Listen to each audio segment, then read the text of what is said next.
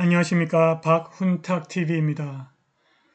오늘은 경제 붕괴와 전쟁 준비에 관해서 알아보겠습니다. 러시아가 우크라이나에서 확보한 막대한 노획물을 전시해서 나토를 조롱하고 있습니다. 시진핑이 경제 붕괴로 인한 정치적 위기를 모면하기 위해서 대만에서 전쟁을 할 것이 거의 확실합니다. 이에 미국은 6개 동맹국들과 함께 태평양에서 사상자 수송 훈련을 실시했습니다.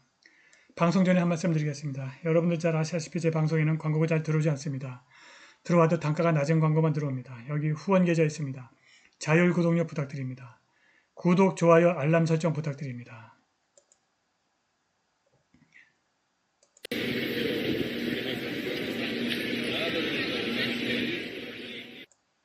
모스크바에서 열린 연례 육군 군사 기술 엑스포 현장입니다.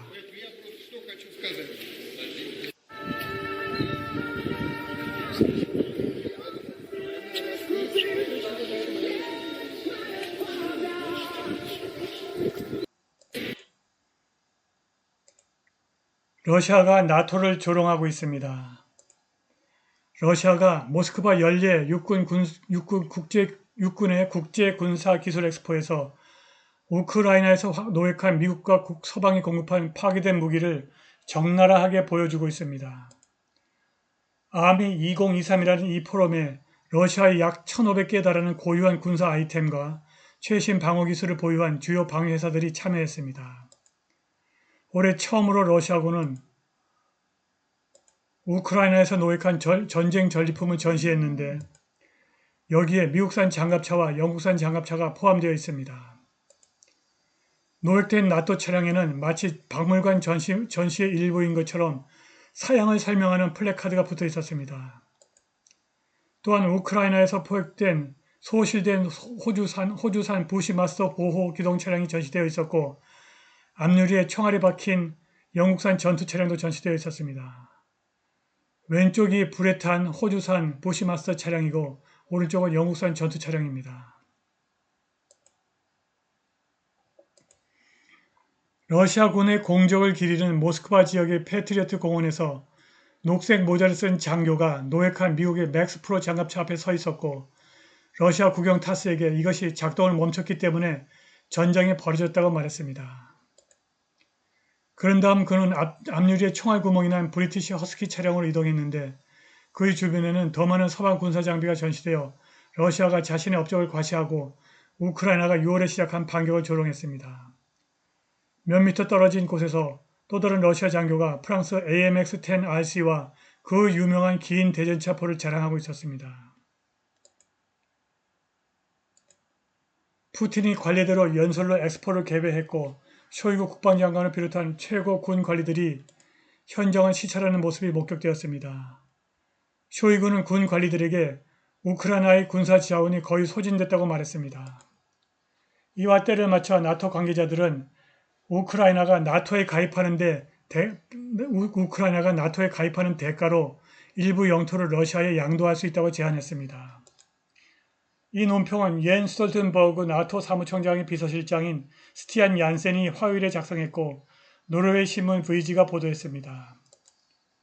그는 우크라이나가 영토를 포기하고 그 대가로 나토 회원국 지위를 얻는 것이 해결책이 될 수 있다고 생각한다면서 언제 어떤 조건으로 협상을 시작할지는 우크라이나에게 달려있다고 덧붙였습니다. 나토 고위 관리가 우크라이나가 영토를 러시아에 양도할 수 있다고 제안한 것은 이번이 처음입니다. 우크라이나는 영토 양도에 관해서 즉각적으로 반발했고 우크라이나의 나토 가입 가능성 때문에 러시아가 특수 군사작전을 시작했기 때문에 러시아가 우크라이나의 나토 가입을 받아들일 가능성은 없습니다. 아무튼 우크라이나에서 미국의 패배는 확정적인 것 같습니다. 미국의 연준이 최근 리세션 임박에 대한 예측을 취소했습니다. 연준은 올해 말부터 눈에 띄는 GDP 성장 둔화를 예상했으나 최근의 회복력을 감안할 때 더 이상 경기 침체를 예측하지 않는다고 말했습니다. 그런데 경제학자 밥 머피와 조나탄 뉴먼은 휴먼 액션 팟캐스트에 출연해서 미국 경제의 연착륙 가능성이 없고 지금은 2008년 폭풍 전화의 고요함과 섬뜩할 정도로 유사하다고 지적했습니다. 실제로 미국 경제는 연착륙이 아니라 경착륙으로 가고 있습니다. 왼쪽 차트에서 보듯이 예상대로 컨퍼런스 보드의 경기 선행지수 LEI가 7월에도 전월 대비 0.4% 하락하여 하락 추세를 이어갔습니다. 연착륙에 대한 과대 광고에도 불구하고 LEI 경기 선행지수가 회복의 조짐을 전혀 보이지 않고 있으며 2017년 9월 이후 최저치를 기록했습니다. 전년 대비 LEI 경기 선행지수는 7.5% 하락했는데 코비드 봉쇄로 인한 붕괴를 제외하고 2008년 리만 사태 이후 가장 큰 전년 대비 하락입니다. 여기가 이 리만 사태 당시의 LEI 경기 선행지수 하락이고 여기가 코비드-19 지수의 경기 선행지수 하락입니다. 지금 경기 선행지수가 여기 와 있습니다. 이 상태로 가면은 경기 선행지수가 코비드-19 상태를 넘어서 2008-9년 상태로까지 떨어질 것 같습니다. 중국 경제의 붕괴는 미국의 일시적인 경기 침체와는 차원이 다른 것입니다. 중국이 일본과 같은 부채 디플레이션 함정을 피하려고 상당한 재정 및 통화 부양책을 펼칠 가능성이 급격히 높아졌습니다. 북경의 파산을 막기 위해서 몇 가지 부양책을 갖고 있으나 성공할 가능성은 희박합니다. 중국의 가계와 기업은 부채가 너무 많아서 정부가 창출한 신용을 더 이상 받을 수 없습니다. 북경에게 남아있는 마지막 옵션은 돈을 찍어서 헬리콥터를 타고 하늘에 올라가서 마구 뿌리는 것입니다. 이것이 디플레이션을 억제할 수 있을지는 모르겠으나 통화가치의 붕괴를 초래할 것입니다. 왼쪽 차트에서 보듯이 위안화 가치가 연일 폭락을 거듭하고 있습니다. 북경이 투자펀드에 주식을 매도하지 말라고 압력을 가한 지 하루 만에 블룸버그가 중국 당국이 이번 주 국영은행들에게 통화시장 개입을 강화하라고 지시했다고 보도했습니다. 북경 정부가 국영은행들에게 위안화를 매입해서 위안화 폭락을 막으라고 지시를 한 것입니다.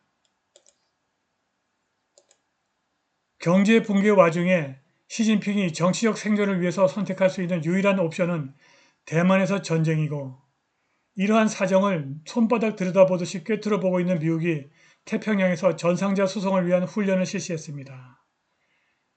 미 공군이 지난달 중국과 전쟁을 준비하는 일환으로 태평양에서 수천 명의 사상자 대피 훈련을 실시했다고 수요일 사우스 차이나 모닝 포스트지가 보도했습니다. 이 훈련에 미국의 6개 동맹국 호주, 일본, 캐나다, 프랑스, 영국, 뉴질랜드가 참여했습니다. 에어포스 타임스는 지난주 공군은 군이 중국과 전쟁에서 많은 사상자를 낸다면 몇 주 안에 태평양에서 부상당한 수천 명의 미군을 의학적으로 대피시키는 방안을 다시 생각하고 있다고 보도했습니다. 워싱턴 DC의 전략국제문제연구소 CSIS는 개전 3주 후 미국이 이라크와 아프가니스탄 전쟁에서 20년 동안 겪었던 사상자의 절반 정도를 겪게 될 것이라고 예측했습니다. 미국과 동맹은 모빌리티 가디언으로 명명된 이 훈련에서 C-130 수송기로 2개의 특수 항공 의료팀을 배치했고 6개의 임무에서 환자 48명을 성공적으로 후송했습니다. 오늘 방송은 여기까지입니다. 감사합니다.